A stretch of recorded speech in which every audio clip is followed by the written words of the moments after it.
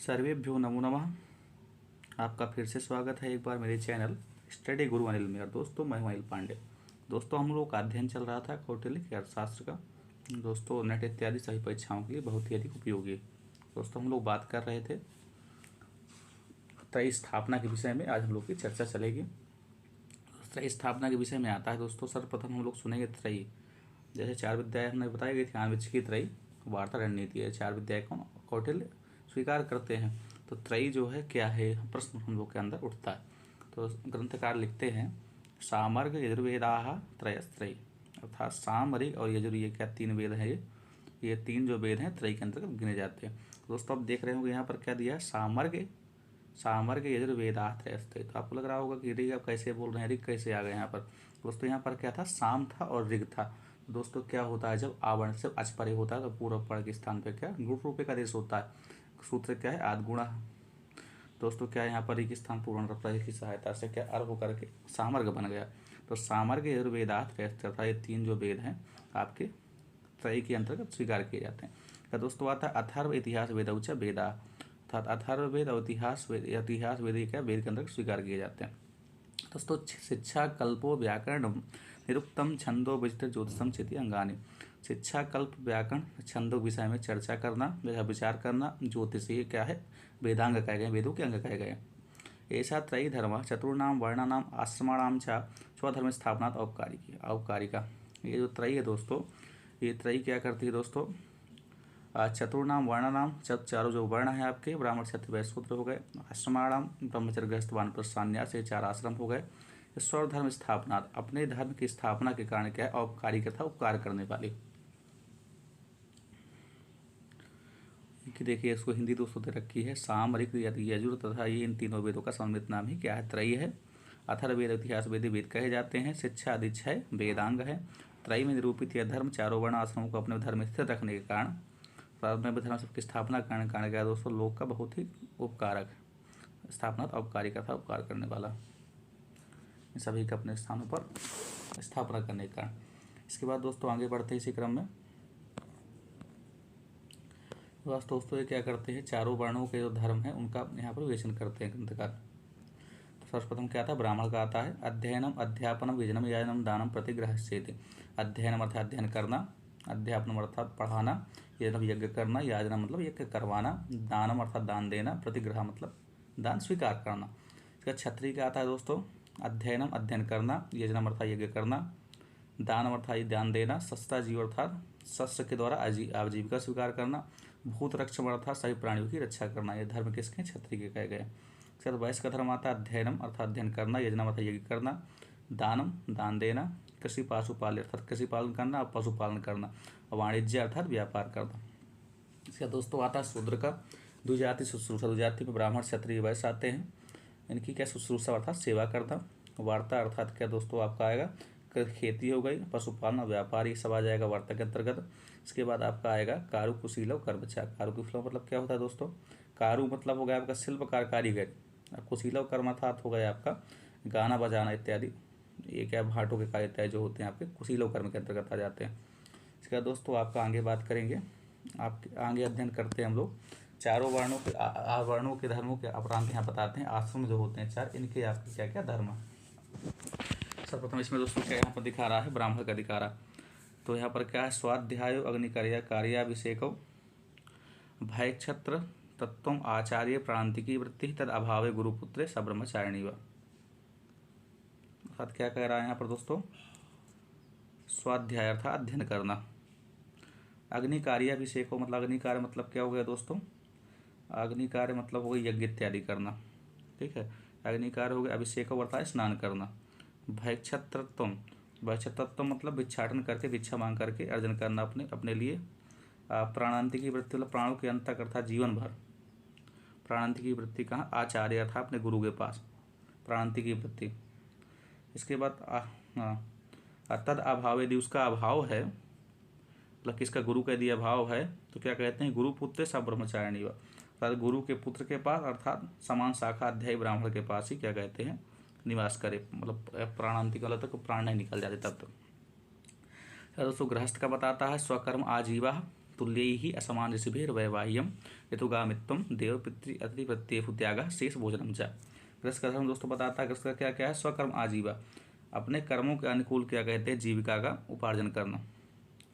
इसके बाद क्या कहते हैं, तुल्य ही असमान ऋषिभिर्वैवाह्यम, तुल्य ही मतलब क्या है, समान वर्ण वाले, तुल्य मतलब क्या होगा, समान वर्ण वाले, और असमान ऋषिभिर का मतलब यहाँ पर क्या दोस्तों ले गया, यहाँ पर वर्ण समान होगा लेकिन गोत्र उन दोनों के क्या दोस्तों भिन्न भिन्न होना चाहिए, भिन्न गोत्र वाले, ठीक है। तो तुल्य ही असमान ऋषिभिर वैवाह्यम, अर्थात तुल्य मतलब समान वर्ण वाला हो, असमान ऋषि मतलब गोत्र क्या उनका भिन्न भिन्न होना चाहिए, उनके साथ विवाह। ऋतुगामित्व, ऋतुगामित्व दोस्तों क्या है, ऋतुकाल में अर्थात पत्नी की मासिक धर्म होने के पश्चात क्या है, संभोग इत्यादि करना, ऋतुगामित्व हो गया। इसके बाद देव पितृ अतिथि प्रत्येफु त्यागा, देव पितृ अतिथि प्रत्येफु त्यागा, अर्थात देव अर्थात देवताओं के लिए, अतिथि मतलब पितरों के लिए, अतिथियों के लिए, अब पितृ अर्थात पितरों के लिए, इनके क्या करते हैं दोस्तों, प्रत्येक देव पितृ अतिथि प्रत्येफु त्यागा, अर्थात देव पितर अतिथि प्रत्यय अर्थात सेवकों पर, त्याग अर्थात धन आदि का त्याग करना, ठीक है। अशेष भोजनम च, शेष भोजन का मतलब क्या, बचा हुआ जो भोजन है करना, बाद में जो भोजन करना, इनके पश्चात जो बच जाए उसके बाद भोजन अपना करना, सबको खिलाने के बाद। क्या दोनों वानप्रस्थ का इसके बाद आता है, ब्रह्मचर्य गृहस्थ वानप्रस्थ। वानप्रस्थ का दोस्तों क्या देख रखा है यहाँ पर, ब्रह्मचर्यम भूमौ शय्या जटा अजिन धारणम।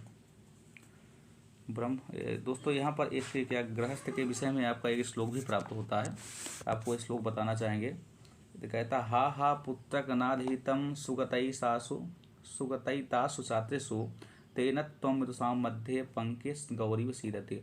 तत् क्या कहता है, हा हा पुत्र, हे पुत्र, नाधितम सुगता एता पुरात्रेषु, अर्थात जो विदित रात्रि हो गई है उन्होंने तुमने अध्ययन नहीं किया, तेन त्वं विदुषां मध्ये, तो तुम विद्वानों के मध्य में कैसे तुम अपने आप को सोच रहे हो, मतलब मान रहे हो, पंके गौरीव सीदते, अर्थात जिस वक्त कीचड़ में फंसी हुई जो गाय है अपने आप को मानती है, इसी प्रकार से तुम अपने को अध्ययन कर रहे हो, मतलब अपने को महसूस कर रहे हो। अर्थात गृहस्थ धर्म में रहते हुए क्या कहते हैं, ऐसा बता रहे हैं कि पहले आपका क्या कहते हैं, अध्ययन करना बहुत अधिक जरूरी। तो ये किसके लिए दोस्तों बताया गया है, आपका ये श्लोक बताया आपको ब्रह्मचारी के विषय में बताया गया, क्योंकि वहाँ उसी में ग्रहण किया गया स्वाध्याय अग्निकार्य विषय को, स्वाध्याय वहाँ पर ग्रहण किया गया। तो क्योंकि आपका चारों आश्रम क्रम से चलते हैं, ब्रह्मचारी गृहस्थ वानप्रस्थ संन्यास, तब जैसे आप ग्रहण कर सकते हैं 25-25 वर्ष का, उसी प्रकार से तो ब्रह्मचारी में स्वाध्याय में क्या कहते हैं, अच्छे प्रकार से अध्ययन करना चाहिए। इसके बाद दोस्तों आगे बढ़ते हैं, आपको बताता है वानप्रस्थ का धर्म। वानप्रस्थ का क्या है, ब्रह्मचर्यम भूमौ शय्या जटा अजिनधारणम अग्निहोत्राभिषेकौ देवता पितृ अतिथि पूजा वन्यश्च आहारा। तो क्या कहना चाह रहा है यहाँ पर, ब्रह्मचर्य अर्थात ब्रह्मचर्य का पालन करना। इसके बाद भूमौ शय्या, जमीन में सोना, जटा अजिन धारणम, जटा मतलब क्या, जटा रखना, और अजिन मतलब होता है मृग चर्म धारण करना, जब अजिन मतलब क्या, मृग चर्म हो गया, धारण करना, जटा धारण करना और आपका मृग चर्म धारण करना। अग्निहोत्राभिषेक हो, यज्ञ करना, अग्निहोत्र मतलब यज्ञ करना हो गया, अभिषेक का मतलब हो गया स्नान करना। देवता पितृ अतिथि पूजा, देवताओं का, पितरों का और अतिथियों क्या कहते हैं, पूजा करना, सत्कार करना।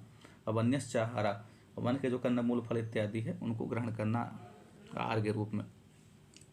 इसके बाद दोस्तों आता है आपका परिव्राजक अर्थात जो होता है सन्यासी, उसके धर्म क्या है, कहते हैं संयत इंद्रियत्वम अनारंभो निष्किंचनत्वम संगत्यागो